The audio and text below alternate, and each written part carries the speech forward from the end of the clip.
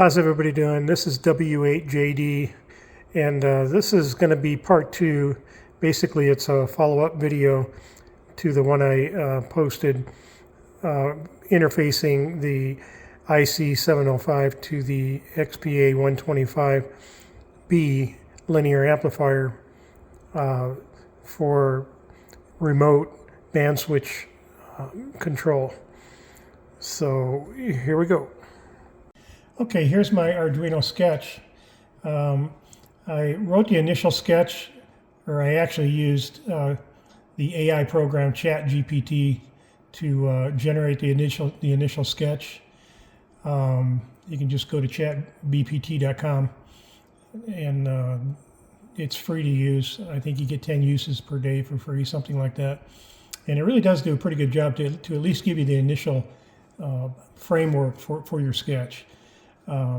It puts your libraries in there for the hardware you're using. It just all the repetitive typing that just takes time.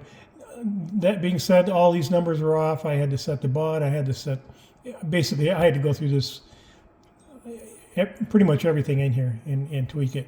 But and some of these commands it used to parse out the frequency data, I had never used before, so I had to actually research those, learn how to use them so I could change these numbers to get the digits in the proper order, proper places. It put the amateur bands in here instead of being continuous like it is now. It just went just the amateur portions of the band. So anytime you're not in an amateur band, it would go to 6 meters. I didn't like that. So now if you're anywhere between 800 kilohertz and 60 megahertz, you're going to have a band selected. And these voltages are right out of the Xiegu manual for the different bands, and they correlate to, let me go down here a little bit and pause in case somebody wants to look at that. Freeze it. And let's see, go down here. These are all commented, so they pretty much explain what the different command lines do. Real quick, let's see. This frequency, this voltage here, when the program was generated, was 5 volts. And basically, what it does is gives you 4,095 voltage output points out of the DAC from 0 to 5 volts. That's your adjustment range. And my voltages were off a little bit when I was at 6 meters instead of being, I think it was 2.53. Yes. I forget it, 2.39 or something.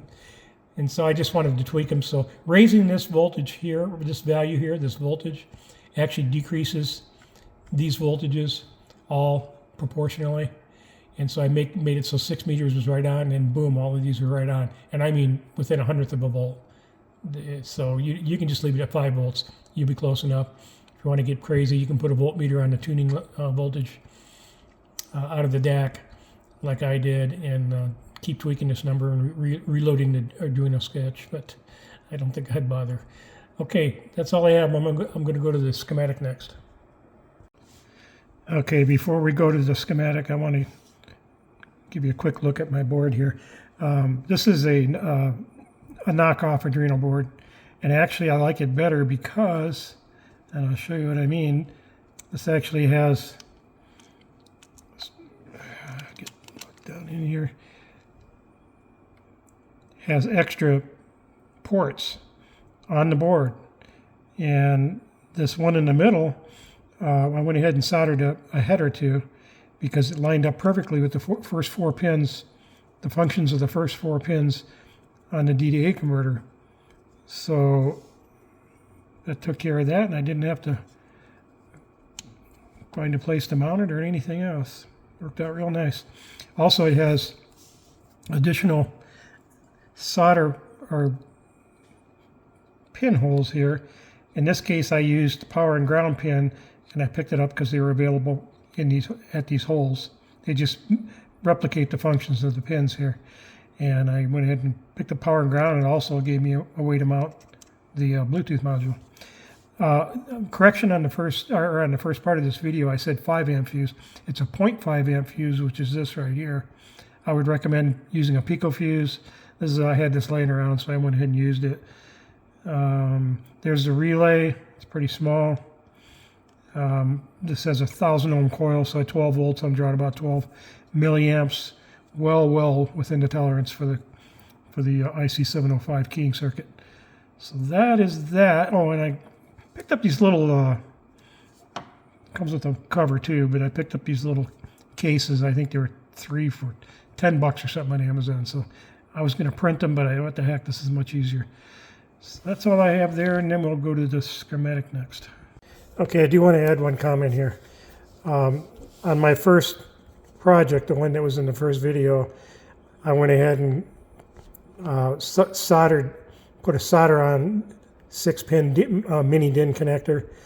I'm telling you, it was not fun. Those things are just not very friendly for assembling them. So what I did in this one is you can buy these 6-pin mini DIN to DIN cables. I bought a package, I think of 2 3-footers, real cheap. Cut it in half. Boom, you got a nice molded plug on there. And then just bring your wires out, ring them per the colors, and hook them up.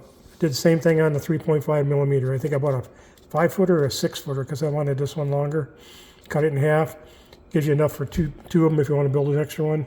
Same here. So that's just a little tip there. It saved me a lot of trouble. So, okay, this is my schematic. I did it in KiCad. First drawing I've ever done in KiCad, so I think it's accurate. I actually did this drawing after I built the first project in the first video. I did build a second one of these. The only difference between what was shown in the first video and the schematic is this. I added this relay just as a precaution. Some people were concerned about hooking their the keying line directly from the IC-705 to the XPA125B key line. One guy said he actually had a failure in his IC-705 on the keying line. So I was using it this way for several weeks and never had an issue with just having this wire right here directly hooked to this wire into the XPA125. But as precaution, I went ahead and put this relay in there. It just picks up 12 volts, same 12 volts that runs the Arduino. And I put a 5-amp fuse in here just for protection of the 12-volt output of the XPA125. This relay coil that I use, it's a really small relay, is like 1K, so I'm only drawing like 10 or 11 milliamps from this key line to key the relay, which is, I think this thing's spec'd at like a 1/2 amp, so it's plenty to run it. And then I did put a flyback diode in here, just so you don't get any spikes after you release the key. I'll just zoom in here. This is the DIN plug. There is 12 volts here. If you look in the user manual, it does not say anything about it. It just says pin 1, no connection. But if you have a schematic for the XPA125B, there is 12 volts there, and it looks like it's designed just for this, some sort of accessory. So I picked it up. It's working great. Let's see. There's the relay. There's the DDA converter, the analog voltage out. I put a little cap here. That's optional, but I just didn't want to have any stray voltages, RF, getting on this line and possibly causing the band to switch, especially if you're key down. Not good. So I picked up the 12 volts right off of the 12 volts off of the XPA125, actually. Through the relay, through the fuse. And I just ran it right to the connector that's mounted onto the Arduino board. I'd recommend taking this connector off of here, just because when you plug the Arduino, your XPA125B in, you're going to have 12 volts there.